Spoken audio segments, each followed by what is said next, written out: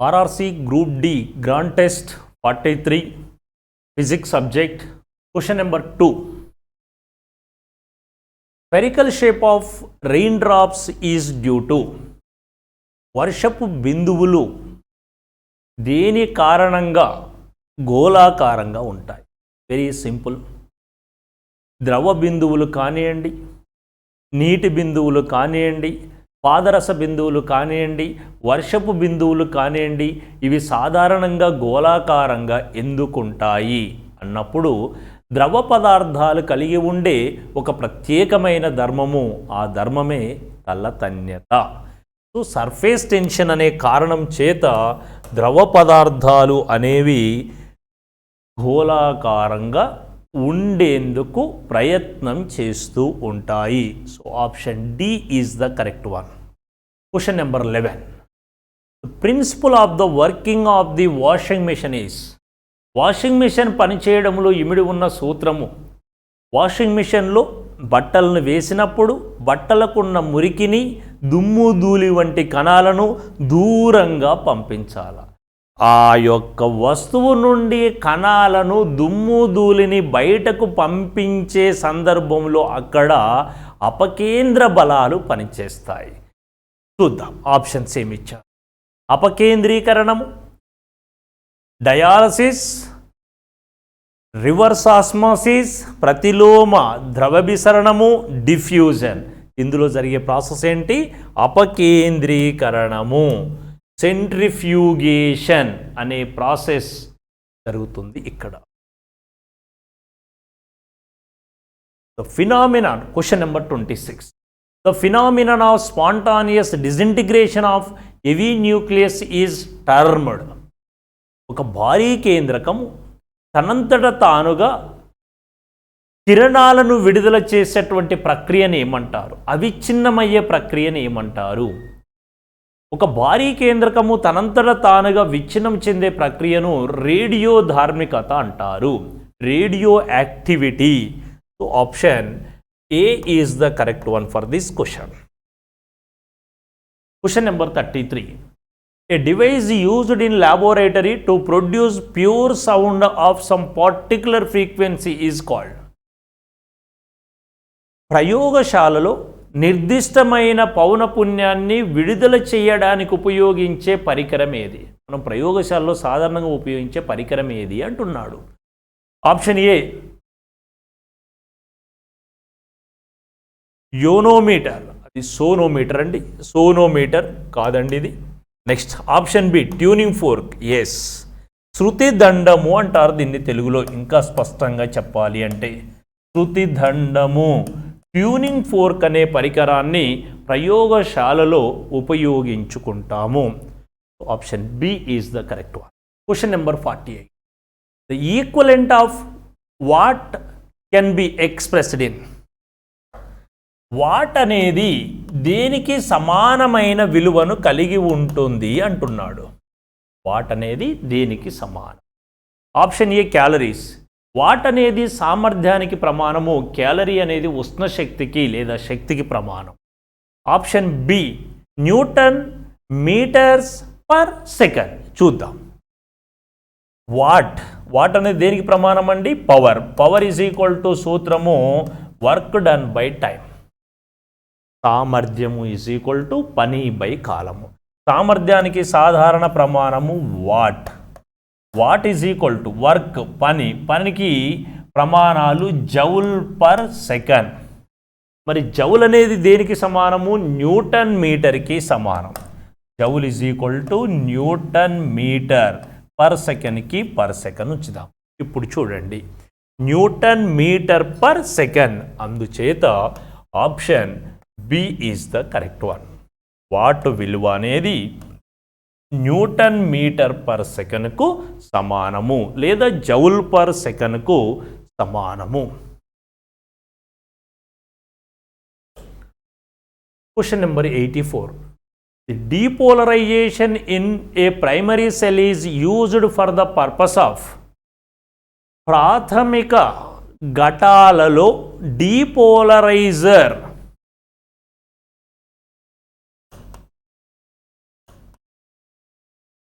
దేని ప్రయోజనం కోసం ఉపయోగించబడుతుంది? ఆప్షన్ ఏ సెల్ యొక్క జీవిత కాలాన్ని పెంచడానికి, increasing the life of the cell. Option B increasing the EMF of the cell. Yes, electromotive ఫోర్స్ని పెంచడం కోసము ఈ యొక్క ప్రాథమిక ఘటాలలో డీపోలరైజర్ను ఉపయోగించుకుంటాము. So option C is the correct one here. Question number 87. The internal resistance of a dry cell is. Dry cell యొక్క అంతర్గత నిరోధకత అనేది option A equal to that of electrolytic cell, విద్యుత్ విశ్లేషణ ఘటానికి సమానంగా ఉంటుంది. Option B smaller than that of electrolytic cell, విద్యుత్ విశ్లేష ఘటము కన్నా తక్కువగా ఉంటుంది. Option C higher than that of electric cell, విద్యుత్ విశ్లేష ఘటము కంటే ఎక్కువ. Option D 0. సాధారణంగా ఇంటర్నల్ రెసిస్టెన్స్ అనేది విద్యుత్ విశ్లేష ఘటము కంటే కూడా తక్కువగా ఉంటుంది. So option B is the correct one here.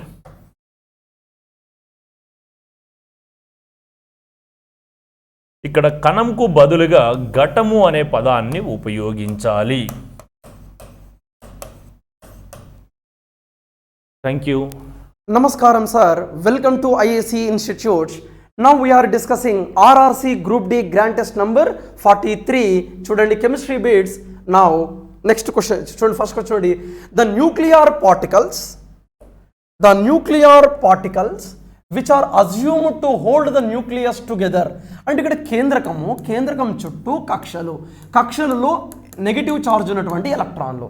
మరి కేంద్రకంలో ఎవరు ఉంటారు? ప్రధానంగా ప్రోటాన్స్, అలానే న్యూట్రాన్స్. మరి అలానే ఇంకా ఉన్నాయి మీజాన్స్ కూడా ఉన్నాయండి. అంటే ఇక్కడ ఏమున్నాయంటే మీజాన్స్. ఈ మీజాన్స్లో 3 types, pi positive, pi neutral, అలానే pi negative. 3 types of mesons are there. మీజాన్లు 3 రకాలు. దీనిని యుకావా అనే సైంటిస్ట్ కనుక్కున్నాడండి. 3 రకాలుగా ఉంటాయి. అయితే ఇప్పుడు ఇక్కడ ఏం జరుగుతుందంటే, ఇప్పుడు ప్రోటాన్ ఉంది, న్యూట్రాన్ ఉంది. ఇప్పుడు కేంద్రకంలో ప్రోటాన్లు ఉన్నాయి, న్యూట్రాన్లు ఉన్నాయి. అయితే ఒక ప్రోటాన్ న్యూట్రాన్గా మారుతూ ఉంటుందండి. అంటే పాజిటివ్ ఛార్జ్ పార్టికల్ కాస్త ఏమైపోతుంది? న్యూట్రల్ ఛార్జ్ పార్టికల్గా మారిపోతుందండి. అప్పుడు ఏమవుతుందంటే ప్రోటాన్ న్యూట్రాన్గా మారేటప్పుడు పై పాజిటివ్ను విడుదల చేస్తుందండి. మరి అదే ఏర్పడినటువంటి న్యూట్రాన్ ప్రోటాన్గా మారేటప్పుడు మనకు పై పాజిటివ్ను గెయిన్ చేసి ఆ విధంగా మారుతూ ఉంటుందండి. అంటే ఆ విధంగా మారుతూ ఉంటుంది. అంటే ప్రోటాన్ న్యూట్రాన్ ప్రోటాన్గా మారుతూ ఉంటుందండి. ఈ విధంగా మనకు అంటే లేదంటే ఇలా న్యూట్రాన్ ఏమవుతుందంటే ఇక్కడ ఈ న్యూట్రాన్ ఏమవుతుందంటే పై నెగిటివ్ను విడుదల చేసి పాజిట్రాన్గా మారుతూ ఉంటుందండి. ఆ విధంగా అంటే ప్రోటాన్లు న్యూట్రాన్లు ప్రోటాన్లుగా ఒకదానితో ఒకటి మారుతూ స్థిరత్వాన్ని పెంపొందించుకుంటాయి అని మీజాన్స్ అనే కణాలు ఉండాలి అని శాస్త్రవేత్తలు ఊహిస్తున్నారండి. న్యూక్లియాన్లను కలిపి ఉంచడానికి అవసరమైన కణాలుగా భావిస్తున్న ఉపపరమాణు కణాలు ఏవి అంటే యుకావా సైంటిస్ట్ కనుక్కున్నటువంటి మీజాన్లు పైచే సూచిస్తారు. పైలో 3 రకాలండి, pi positive, pi negative, pi neutral. Next question sir. Salt solution is a mixture of. Salt solution అంటే ఏముంటుందండి? సోడియం క్లోరైడ్ ప్లస్ H2O అంటే నీరు. అంటే ఇక్కడ ఏముంది? సోడియం క్లోరైడ్ ఇన్ వాటర్, నీటిలో sodium chloride. Bromine in water కాదు, రైట్? కామన్ సాల్ట్ బ్రోమిన్ కానే కాదు, నన్ ఆఫ్ ది అబో కాదు. అంటే ఆన్సర్ ఏదండి? ఏ అని అర్థమవుతుందండి. Next question. The hydronium ion అంటే ఏంటి అసలు? ఇప్పుడు ఇక్కడ చూడండి హైడ్రోజన్. దీనికి పోయే ముందు నెక్స్ట్ క్వశ్చన్కి ఒకసారి చూద్దాం. ఇప్పుడు ఇక్కడ చూడండి the nucleus of hydrogen atom consists of అని అన్నాడు. అంటే ఇక్కడ చూడండి హైడ్రోజన్ అనే పరమాణు ఏం కలిగి ఉంటుంది అని అన్నాడు. Hydrogen atomic number is 1. Atom అంటే కేంద్రకం చుట్టూ కక్షలు. మరి హైడ్రోజన్ ఫస్ట్ పీరియడ్ కాబట్టి ఒకటే కక్ష ఉంటుంది. అటామిక్ నంబర్ డెఫినేషన్ ఏంటి మనకు? Atomic number is a number. Which number? Number of protons in the nucleus, number of electrons in shells. కేంద్రకంలోని ప్రోటాన్ల సంఖ్య, కక్షల్లోని ఎలక్ట్రాన్ల సంఖ్యనే పరమాణు సంఖ్య అంటారు. అంటే ఇక్కడ ఒక ప్రోటాన్ ఉంటుంది, అక్కడ ఒక ఎలక్ట్రాన్ ఉంటుంది. 1s1 అంటే ఇక్కడ ఒక ఎలక్ట్రాన్ను కలిగి ఉంది. నౌ రైట్, హైడ్రోజన్ ఇక్కడ ఇప్పుడు చూడండి, హైడ్రోజన్ యొక్క బరువును కొలుస్తున్నామండి మనము చూసినట్లయితే 99.98% హైడ్రోజన్ల వెయిట్ 1గా ఉండడం చూసారండి. తర్వాత అంటే 1 AMU. 0.02% hydrogens weight experimentally calculated found as 2 AMU. చాలా చాలా తక్కువ వెయిట్ 3 AMU. దీనిని ప్రోటియం, దీనిని డ్యూటీరియం, దీనిని ట్రీటియం అని అన్నారు. అంటే ఇక్కడ మెజారిటీ ఆఫ్ హైడ్రోజన్స్ ఏ రకమైనవి అంటే ప్రోటియానికి సంబంధించినటువంటి హైడ్రోజన్స్. 99.98 ఎవరు ఉంటారండి? ప్రోటియం. ట్రీటియం అనేది చాలా చాలా తక్కువ, అన్నిటి యొక్క పరమాణు సంఖ్యలు ఒకటేనండి. అంటే ఇక్కడ చూడండి 99.98% ఎవరున్నారు? ప్రోటియం. అంటే ఇక్కడ ఒక పరమాణువుకి XZA ఉందనుకోండి, నంబర్ ఆఫ్ న్యూట్రాన్ల సంఖ్యను సూపర్ స్క్రిప్ట్ మైనస్ సబ్స్క్రిప్ట్ అంటే A మైనస్ జెడ్ చే సూచిస్తారు. A minus Z. మరి ఇక్కడ 1 - 1 చేసుకుంటే ఎంత వస్తుంది? ఇక్కడ 0 న్యూట్రాన్స్. ఎందులో? ప్రోటియంలో. మరి డ్యూటీరియంలో 2 - 1 న్యూట్రాన్.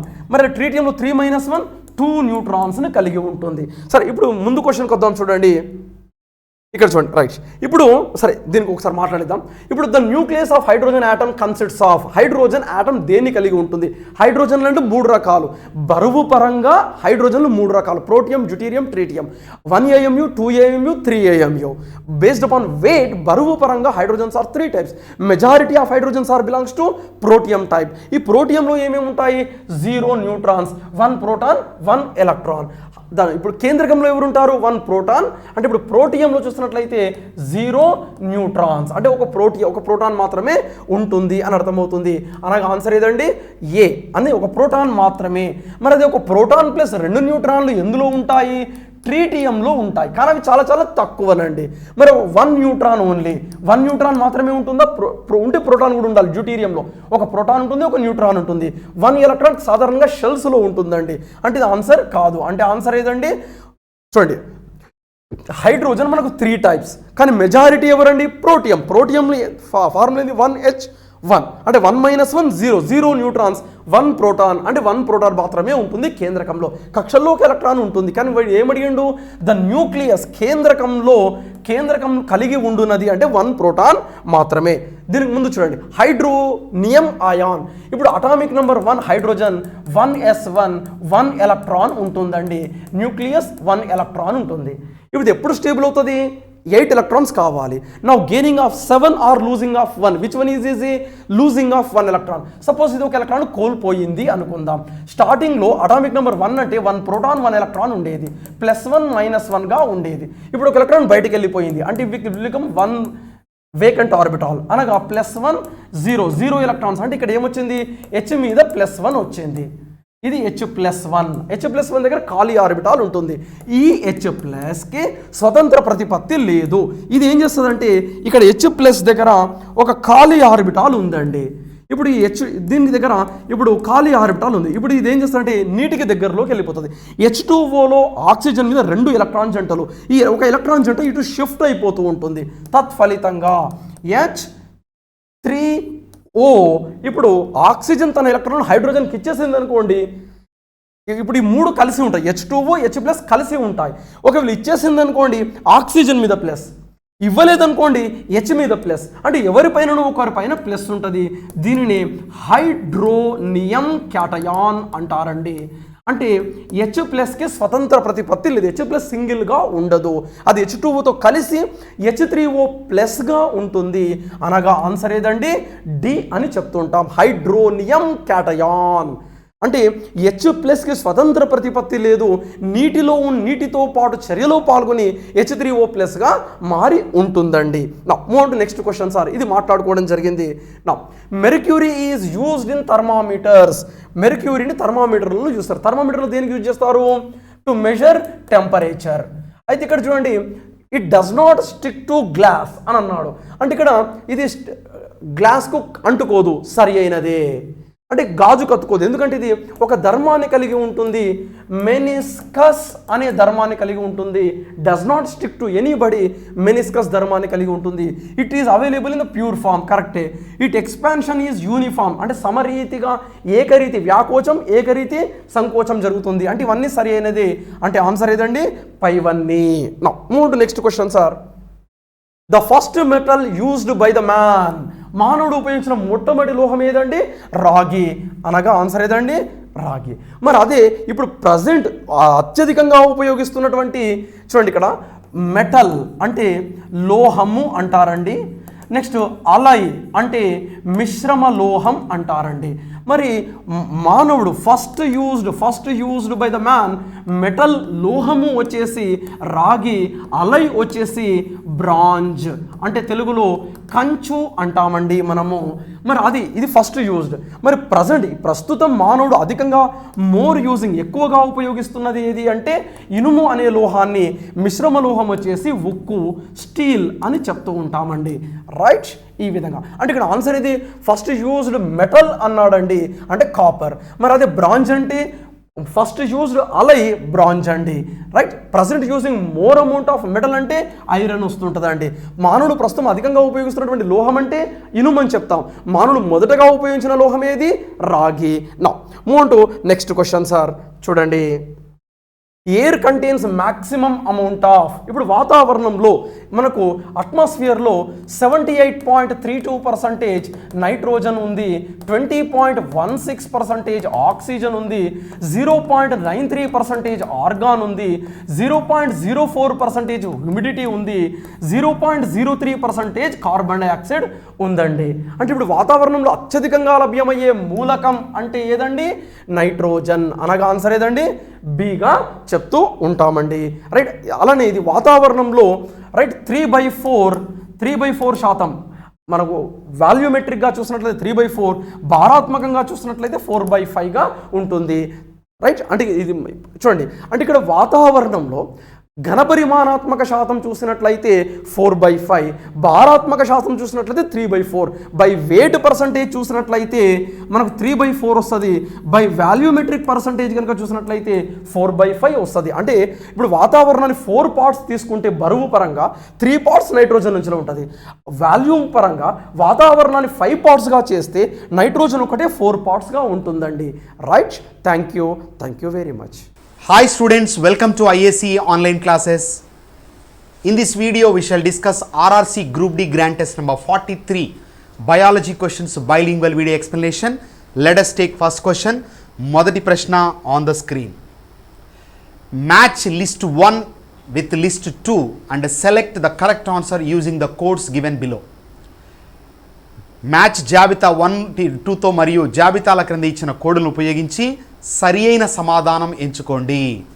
లిస్ట్ 1 జాబితా 1 సిమ్టమ్ లక్షణము, జాబితా 2 కారణము, లిస్ట్ 2 కాజ్. ఏ వీక్ సైట్ బలహీనమైన దృష్టి, బి అనీమియా రక్తహీనత, సి స్కిన్ ప్రాబ్లం చర్మ సమస్య, డి బ్రేకింగ్ ఆఫ్ బోన్స్ ఎముకల విచ్ఛిన్నం. లిస్ట్ 2 ఇనుము లోపం deficiency of iron, vitamin C లోపం deficiency of vitamin C, vitamin A లోపం deficiency of vitamin A, deficiency of calcium లోపం. మరి ఇక్కడ ఇచ్చినటువంటి యొక్క 2 గ్రూప్స్ను మనము లిస్ట్ 1 అండ్ 2 ఏం చేయాలి? మ్యాచ్ చేయాలి. Then let us try to match this. Weak sight, so definitely the weak sight is related to the deficiency of vitamin A. Okay, then anemia means deficiency of iron, skin problem means deficiency of vitamin C, breaking of bones means deficiency of calcium. So weak sight బలహీనమైన దృష్టి vitamin A సంబంధితం కాబట్టి ఇక్కడ A3 ఉన్నటువంటి దాన్ని first మనం ఉంచుకోవాలి, మిగతా అన్ని అరేంజ్ చేసుకోవచ్చు అండ్ మీరు ఎలిమినేట్ చేయొచ్చు. So this can be eliminated and this can be eliminated. Now BC is left. Clear? Then second, raktaheenata, anemia. Anemia is because of iron deficiency. So B1. So B1 should be taken into consideration. So if B1 is taken, then answer is option C.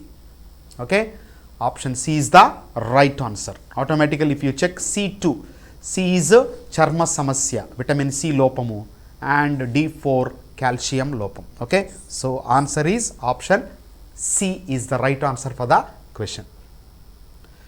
Next, blue revolution is related to, నీలి విప్లవం దేనికి సంబంధించినది? So మత్స్య సంపద. Clear? Fisheries. And in previous videos also we have discussed about number of these revolution, silver revolution, eggs, white revolution, milk, green revolution, agricultural products like that. Okay, so here the option D fisheries, మత్స్య సంపదకు సంబంధించి తీసుకున్నప్పుడు నీలి విప్లవంగా చెప్తాం. Next, మానవ మెదడు యొక్క సగటు బరువు, the average weight of human brain is about. So it is 1200 to 1400 grams. Clear? 1200 నుంచి 1400 గ్రాములు. అంటే ఇక్కడ 1.36 is the right answer for the question. Option B is the right answer for the question. Okay, next, which of the following is used in the treatment of cancer? Cancer చికిత్సలో క్రింది వాటిలో ఏది ఉపయోగించబడుతుంది? So that is none other than chemotherapy. Clear? So chemotherapy. If you take options, physiotherapy, ఏదైనా physiotherapy ఎప్పుడు చేస్తాం? Particularly one organ ఏదైనా defect వచ్చినప్పుడు మాత్రము ఆర్గాన్ పరంగా, ఎస్పెషల్లీ ద ఎక్స్టర్నల్ ఆర్గాన్స్, దానికి మనం ఫిజియోథెరపీ చేస్తాం. చేతులు ఇలా చచ్చుబడిపోయినట్లు కానీ, కాళ్ళు ఇలా ఇబ్బంది అయినప్పుడు కానీ. Okay, then electrotherapy. Electrotherapy is given to the with the help of electricity. Okay, and psychotherapy, by using this psychologist or psychiatrist, we will give a therapy called psychotherapy. Okay, so answer is here chemotherapy. By using various drugs or chemicals, we will kill the cells that are infected with this particular virus or the cancer cells. ఏవైతే క్యాన్సర్ను కలిగించున్నాయో లేదా cancer బారిన పడున్నాయో కణాలను ఏం చేస్తాము? ప్రత్యేక chemicals ద్వారా చంపడం ద్వారా స్ప్రెడ్డింగ్ను అడ్డుకోవడాన్ని మనము ఈ యొక్క కీమోథెరపీ అని పిలుస్తాం. Okay, next question, in mammals largest gland found in, క్షీరదాలలో కనుగొనబడిన అతి పెద్ద గ్రంథి. So the biggest gland is nothing but liver, కాలేయం. So thyroid is an adrenal gland. Thyroid is an endocrine gland. The biggest endocrine gland is thyroid gland. And the second largest gland is pancreas. So, రెండవ అతిపెద్ద గ్రంథి క్లోమం. మరి ప్లేహము తీసుకుంటే graveyard of RBC అంటాం, emergency blood బ్యాంక్గా పిలుస్తాం. Okay, next question, fish can survive inside frozen lake because, ఘనీభవించిన సరస్సు లోపల చేపలు జీవించుటకు కారణం.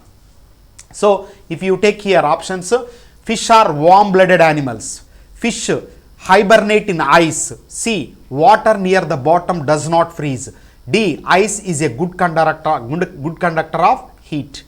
ఏ చేపలు ఉష్ణరక్త జీవులు, బి మంచులో చేపలు నిద్రాణ స్థితిలో ఉంటాయి, సి దిగువన ఉన్న నీరు ఘనీభవించదు, డి మంచు వేడి యొక్క మంచి కండక్టర్. మరి ఇక్కడ మనం చూసుకుంటే if you take the properties of the water in lakes especially during winter season.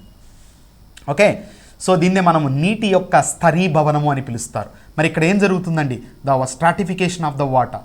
ఇక్కడ ఏం జరుగుతుందంటే the upper layer of the water, ఒక నియర్ బై వాటర్ బాడీస్లో ఉన్నటువంటి ఈ యొక్క అప్పర్ లేయర్ తీసుకుంటే పై పొర, ఓకేనా, వాటర్ టేబుల్, ఇక్కడ మనం పర్టికులర్గా చూసుకున్నప్పుడు ఈ ప్రాంతం మాత్రం ఏమవుతుంది?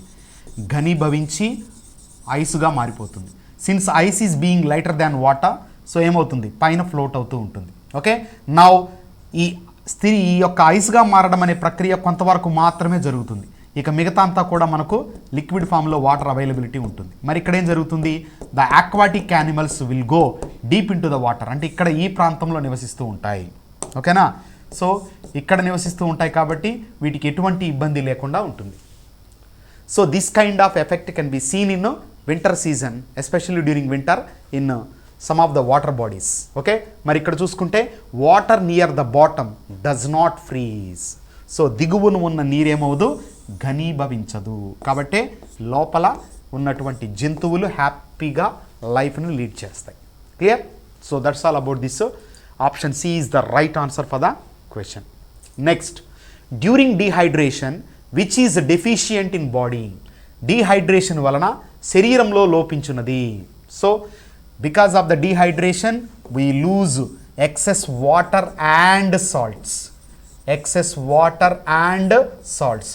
Both water and salts together forms will be sent out in the form of sweat.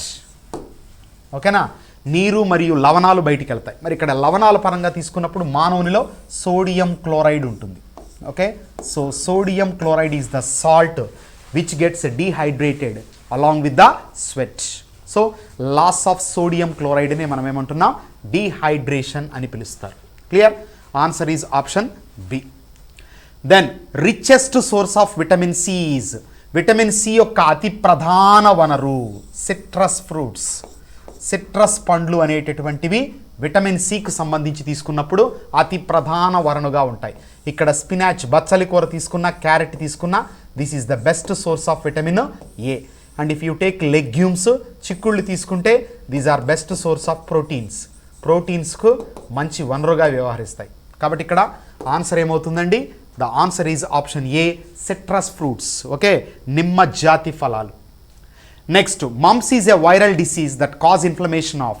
గవద బిళ్ళలు అనేది ఒక వైరల్ వ్యాధి. ఇది వేటి వాపుకు కారణమవుతుంది?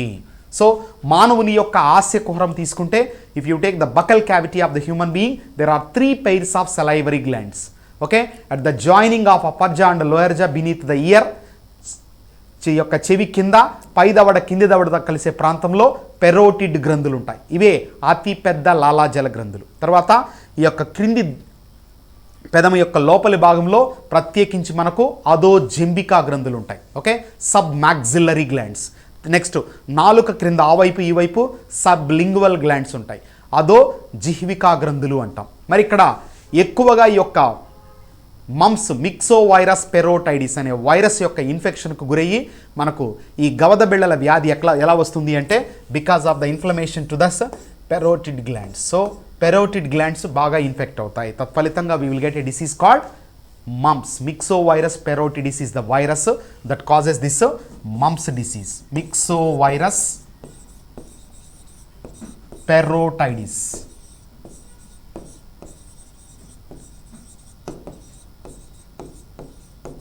Okay, next question. Which part of human body is affected by the Alzheimer's disease? Alzheimer's వ్యాధితో మానవ శరీరంలోని ఏ భాగం ప్రభావితం అవుతుంది? మరి ఇక్కడ ఆల్జీమర్స్ అనేది తీసుకుంటే it is the loss of memory because of the age. So వయసు పెరిగే కొద్దీ ప్రత్యేకించి దాని ప్రభావం వలన కావచ్చు. నెక్స్ట్, ప్రత్యేకించి సెరటోనిన్, డోపమైన్ లాంటి కొన్ని రసాయన ప్రభావాల ఫలితంగా కావచ్చు మానవునిలో మెమరీ లాస్ అయ్యే పరిస్థితిని మనము ప్రత్యేకించి ఏమనుకుంటాం? ఆల్జీమర్స్ అంటారు. This related to brain. So మెదడుకు సంబంధించినటువంటి వ్యాధి ఇది. Okay, so answer is option D, brain. Next, what do you call the study of fungi? శిలీంధ్రాల అధ్యయనాన్ని మీరు ఏమని పిలుస్తారు? Okay, so the study of parasites is called parasitology, study of bacteria is called bacteriology, study of living organisms and their surroundings is called ecology. జీవులు వాటి పరిసరాల మధ్య సంబంధం, బ్యాక్టీరియాల అధ్యయనం, పరాన్న జీవుల అధ్యయనం parasitology. Then automatically the study of fungi is mycology. Okay, అదే ఆల్గే అయితే phycology. Mycology, phycology. Okay, that's all. Thank you.